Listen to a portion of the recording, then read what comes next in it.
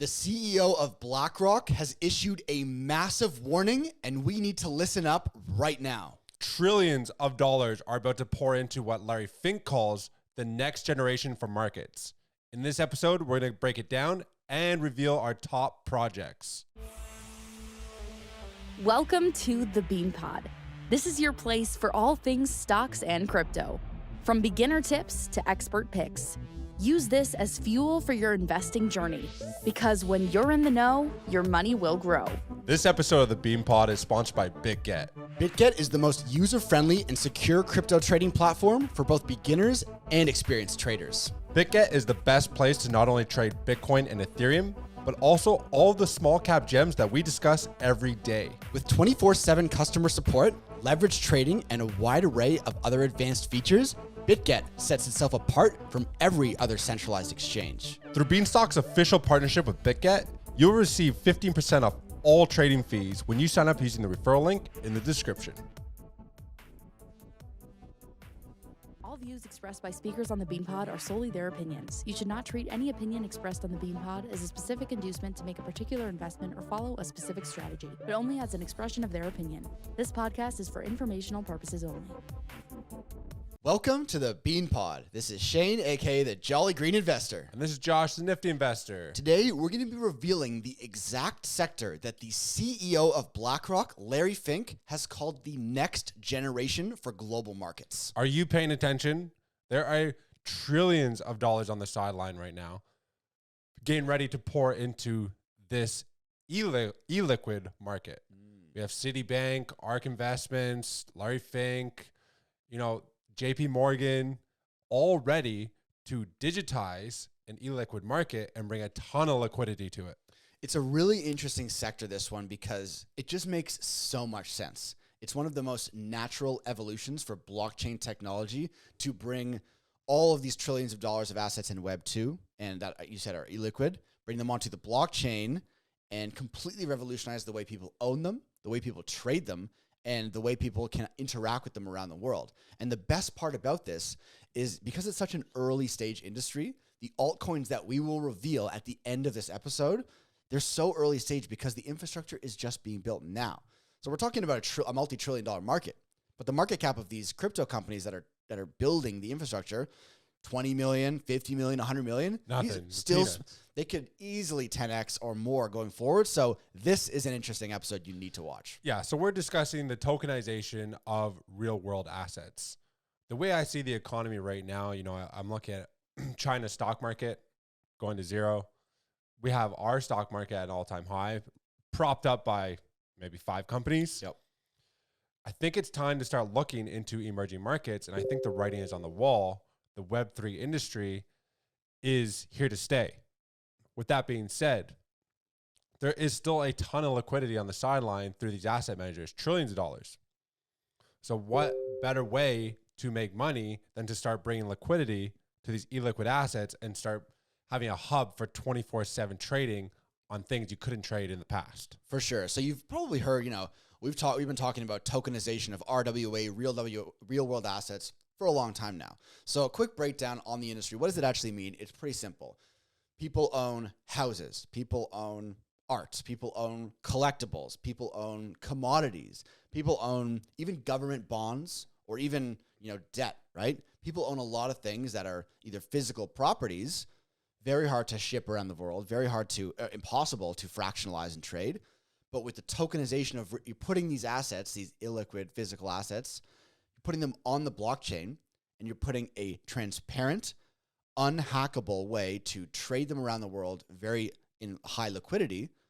So say say we want to buy a house in Mexico and we want to go in with 12 people around the world. But it's very hard to do this. There's going to be all kinds of contracts and money sending and all kinds of legal. But if you do it on the blockchain, you can actually fractionalize the ownership of a house. You could fractionalize the ownership of a house to 100 people. And then if that property appreciates in value, people can sell their 1% of the house to another person in a very tracked, secure way on the blockchain, right? It's going to change the way that people trade these quote unquote real world assets. Especially in Mexico, because you might get gypped. Like, depending on, there's some shady shit that happens in some of these countries where you try to buy a property. We've heard people getting ripped off of multiples of hundreds of thousands of dollars because there's been some shady stuff. And that's the beautiful thing of these smart contracts. It eliminates the middleman, but also allows these tokens to be programmable in a certain way where you can make these adjustments in the future, but it's all binding. It's all like these smart contracts where you or I can't manipulate it. Yep. It'd have to be like a group consensus of the tokenized, fractionalized holders to kind of change what they want done. Yeah, for sure. And the whole thing about is it's not dead capital that people have in all these quote unquote illiquid investments, but it's making investments and capital more liquid. It's think about how fast paced the world is moving. We just saw the launch of Apple Vision Pro, AI, everything's moving so quick, but people that have a high net worth, they have their net worth locked up in these old school traditional assets, which are not in the digital world. They're not keeping up with new technology. But this is why Larry Fink says this is the future. He can see this, this BlackRock CEO, he knows what's the direction markets are moving. In order to unlock all of this illiquid capital around the world, trillions and trillions of dollars, the solution is now being built on the blockchain. You're going to put art, collectibles, houses, all this kind of stuff. You can even tokenize, as I said, you can do stocks, bonds, debt, all this kind of stuff. Very, complicated Web 2 things can be put on the blockchain and broken down into smaller prices. Your average person who's, say making $50K a year, they might not be able to invest in fine art because, one painting costs $100,000. But what if they're so interested in fine art, they want to buy 1% of a painting? With this, they'll be able to do it. That's the use case right there. And then there's also like the DeFi application that gets built into it, and the yield generating opportunities that exist as well. So look, we're essentially just making things more accessible by having these real-world assets instead of being locked into one market, maybe just in North America. It's now becoming global, 24/7. It's not just trading, Monday to Friday from a few hours during the day. Real-time settlements, reduced costs, programmable tokens. Like, there's so many improvements to the current system that almost seems dead. Yeah. Sure. And the transparency. It's like you can see everything that's occurring. With cash, you can't see anything. Yeah. Right. So that also helps to eliminate the fraud. If you're buying a piece of art, if you're getting a Banksy, is it really a Banksy? Well, yeah, because it's now been verified on the blockchain, and we can see who the actual owner was. Right. Yeah, that's a great point especially for collectibles and art and stuff like that. The verification on the blockchain is going to take a lot of scammers out of it. And the best part about this whole sector and this opportunity is it's not just an idea. It's happening, right? So we have, as we said, multiple times in the episode, we have companies like BlackRock, JP Morgan, ARK Investments. They're all putting full force behind the RWA narrative. And then we have these crypto projects that are actually doing it. They're actually making inroads, building this whole industry. There are a lot of quote unquote RWA tokenization coins in crypto. A lot of them, honestly, are pretty shit. Yeah. There's a lot of companies that's like, we bought one house in Switzerland and we're going to launch a coin and you can own it. It's like, yeah, great. Yeah. Is it compliant? Yeah, I think there's a lot of money grabs out there. So you have to be careful with these RWA tokens. But the ones that we're going to talk about today, they're not just these ones buying up, we bought some art, we bought some houses, here's our coin.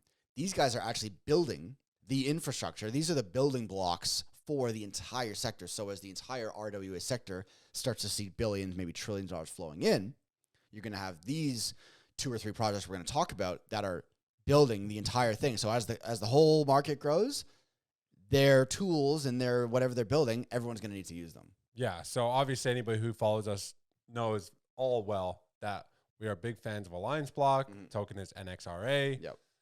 The good thing about these guys is they're not necessarily competing against the banks. They're kind of building the infrastructure that allows for that portal from your traditional finance system into the DeFi aspect of things. And you have to think, a lot of these banks have been trying to fight the system, but at some point they're going to have to transition. Yeah. They haven't been putting the resources and the energy and time into understanding how it's all working, I don't think. Yep.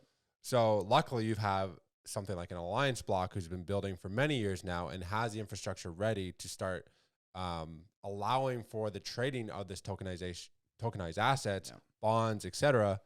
And then we can talk about another piece of infrastructure that has they've officially used for their wallet For as well. sure. So the 3 pillars of Alliance Block and how they're building the infrastructure of RWA is one, their Nexera exchange, which when it's fully live will allow people to actually trade tokenized. This is really cool. Like the ability to trade tokenized real world assets on a decentralized exchange, that is going to be massive, right? So that's the Nexera exchange. That's one.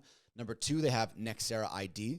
Now, if you've been following us for a while, you may have seen our interview with the CEO and founder of Alliance Block, Rashid Ayaya, and he gave us a full walkthrough on that episode of the Nexera ID. And, when it comes to tokenizing real world assets, we're talking about potentially big money things coming on the blockchain. People are going to have to be KYC'd, right? You have to know that 100% you're dealing with a real person. The real person owns the real asset that they're saying. So there's a bit of a clunkiness, a bit of a disconnect right now in this whole KYC area. And you want to keep your data private, but you want it to be seamless for the customer to be able to prove that they are who they are. That's where Nexera ID comes in. And when you see how easy it is, how seamless it is, I can see Nexera ID being the KYC portal that could onboard millions of people and billions or trillions of dollars into the RWA narrative. Yeah, we had firsthand look at, speaking to Rashida, the founder of Alliance Block, and had a look at the products that are being built, and it's definitely game-changing.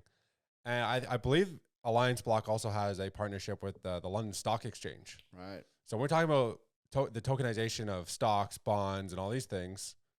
Well, look who's already there. Yep.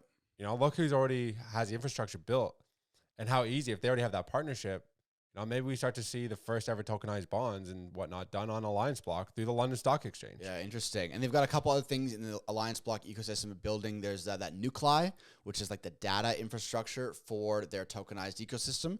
And then also ArcFi.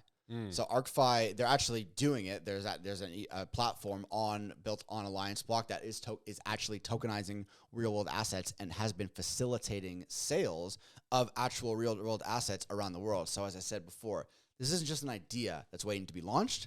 This is actually happening, right? Yeah. Chain agnostic and built for compliance.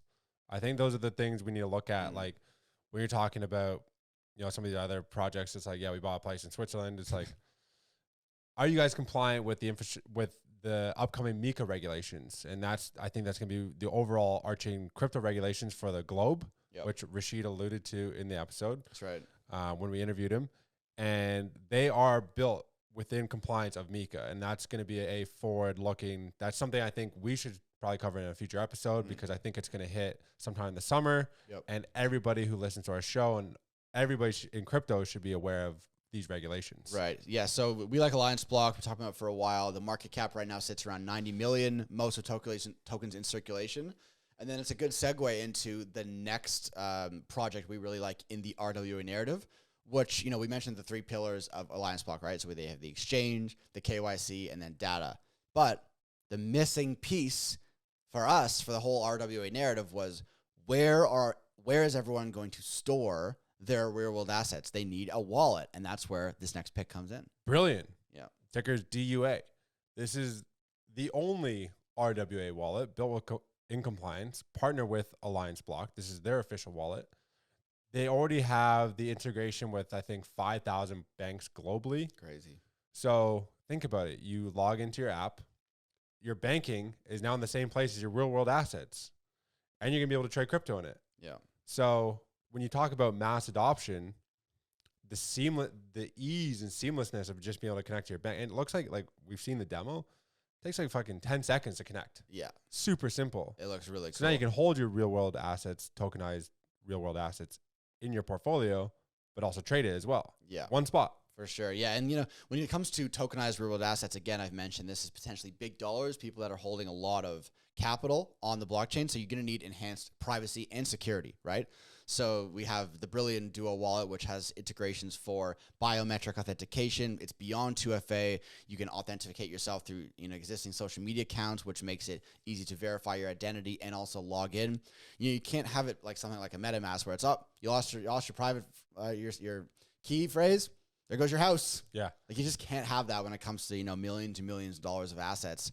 So when you're talking about security, the Brilliant wallet is going to be another level above most of the crypto wallets out there, which are actually going to make people maybe to trust to put their capital into it. Yeah, I mean, we have our seed phrases well protected. you have to think of the 95% who are not yet into this industry yet. Are they smart enough to keep their seed phrases protected? Yeah. Are they going to want to store hundreds of thousands of dollars in a MetaMask? But when you have something that is like a Web 2 version of an app that everybody's used to and they can access their funds seamlessly and easily, that's when, this beyond 2FA and the biometrics makes it like, all right, my funds are safe and I will be able to access it no matter what. Yeah, for sure. It's going to be big. They also have the global remittance payments, being able to send money around the world, cross-border at 1% when I think the average is 6%. Mm-hmm. This is a multi-billion-dollar industry, and you're going to be able to send money instantly. Yeah. This is something that Ripple's been trying to do for, light years. And they have a massively inflated market cap. We're talking about Brilliant, which has $20 million market cap or something like that. Yeah, tiny. I mean, yeah, the ability to integrate from your banking, send your fiat into DUA, send your real world assets into DUA, trade, send money around, trade real world assets, trade crypto, all from one wallet. And when you look at this is a very early stage project. So when you look at their roadmap moving forward, their wallet, their iOS, Android app is coming sometime early, still this year, 2024. Then we have the real world asset integration, the bank integration. They're also going to be doing a part of the wallet that's going to specifically integrate for Web3 gaming assets, which I think is another huge narrative.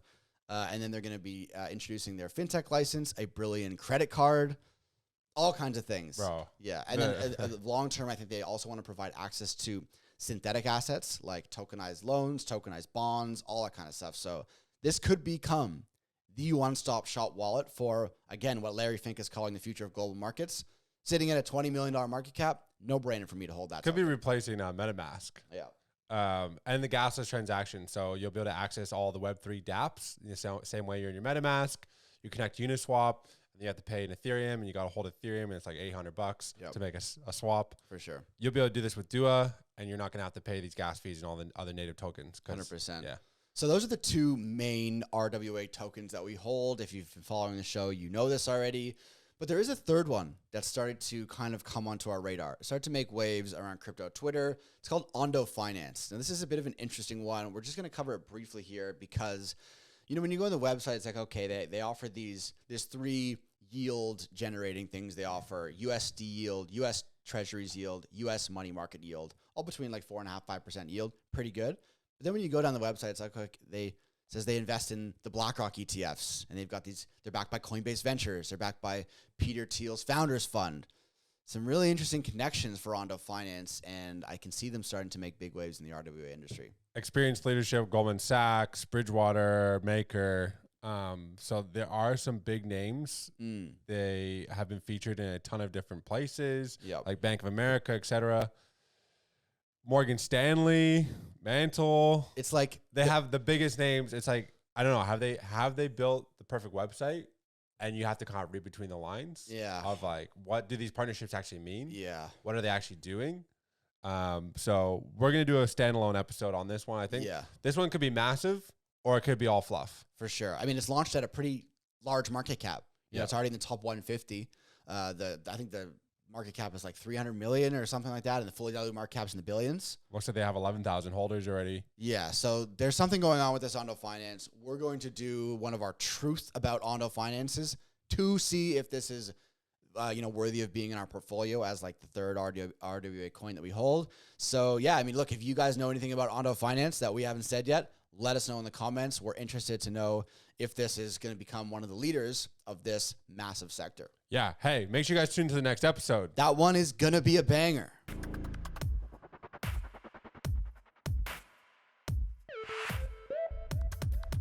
All views expressed by speakers on the BeanPod are solely their opinions. You should not treat any opinion expressed on the BeanPod as a specific inducement to make a particular investment or follow a specific strategy, but only as an expression of their opinion. This podcast is for informational purposes only.